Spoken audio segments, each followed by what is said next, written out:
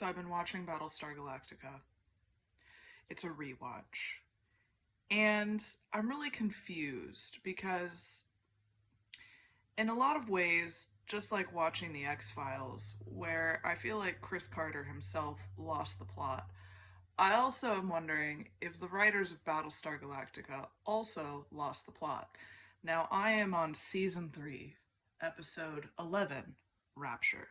And they're doing a bunch of stuff, all right? They're on their way to Earth now. They're slowly putting clues together. They just so happen to find this algae planet where, ironically, they find this temple that has the Eye of Jupiter that was placed there by theoretically uh, um, the 13 colonies, but then the Cylons are like actually the face of the final five Cylons that they haven't revealed yet is down there, and Gaius is all on this whole thing where he's like, I might be a Cylon. I don't know where I fit in. Am I actually a Cylon? Am I actually a human? I don't know because I love Caprica. Anyways, it's just a bunch of nonsense at this point. Okay, so it's all very ironic, right, that they all end up in this same place again.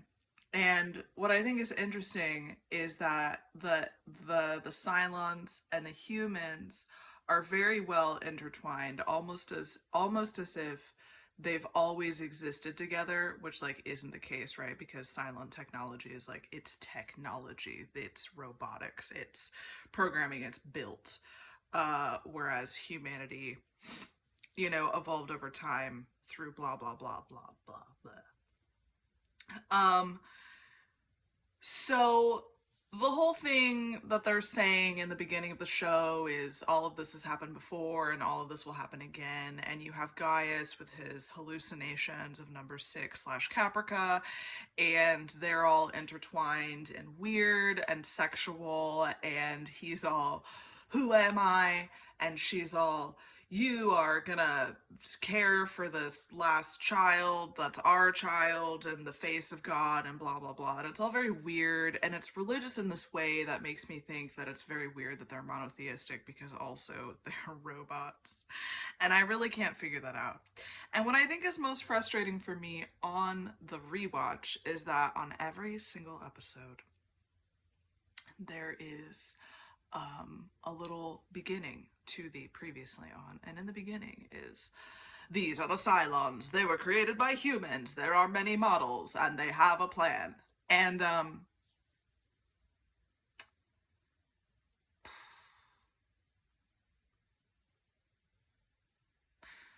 do they have a plan? Or do the creators of the show want you to think that they have a plan? Is the plan all going to come out in the final season? Because I've been waiting to understand any piece of what this plan is for 3 seasons now, and I don't have a grasp on what it is. First, I thought it was that they wanted to be closer to humanity because Caprica was going on about how Athena's child was born, and she's there and she's a silent human hybrid, and this means that they're one step closer to the face of God. And I was like, okay, so is the face of God humanity? Is that what you're saying? Because that's very confusing. Because what it seems like is y'all are going through every effort possible to be conceived as human while also staying robots. And so I'm confused. Are you unhappy that you're not humans? And that is why you're rebelling? Or do you just want to wipe out the face of humanity so that you can take over? Is that the plan? Because that's a really lame plan. It makes me think of like other shows. Okay, so remember on Lost when they were like, don't worry, nah, man, not everyone's dead. Like, we've got this. They're not all dead. That would be so lame.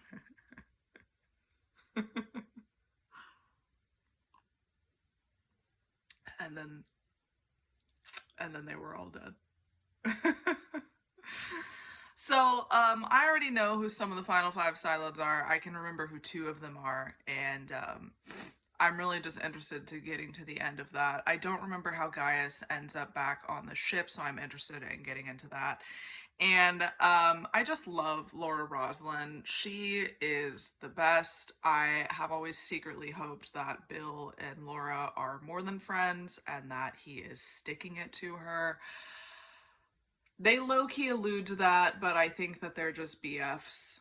And that's fine too, but I would love a little romance between them because I just love Bill Adama. And there are some episodes where I'm watching this and I'm just like, damn, I love Adama. He is just quietly intelligent and just so kind while also being incredibly direct and brutally honest sometimes. And I'm just like, you go, Adama. Oh, TV is weird because it's like you create relationships with people that don't exist. So, anyways, I'm looking forward to figuring this out. I'm watching this on a free 30-day Prime trial, and the commercials are killing me. Jeff, I think you were making enough money to not make me have to do a subscription tier that has no commercials. So,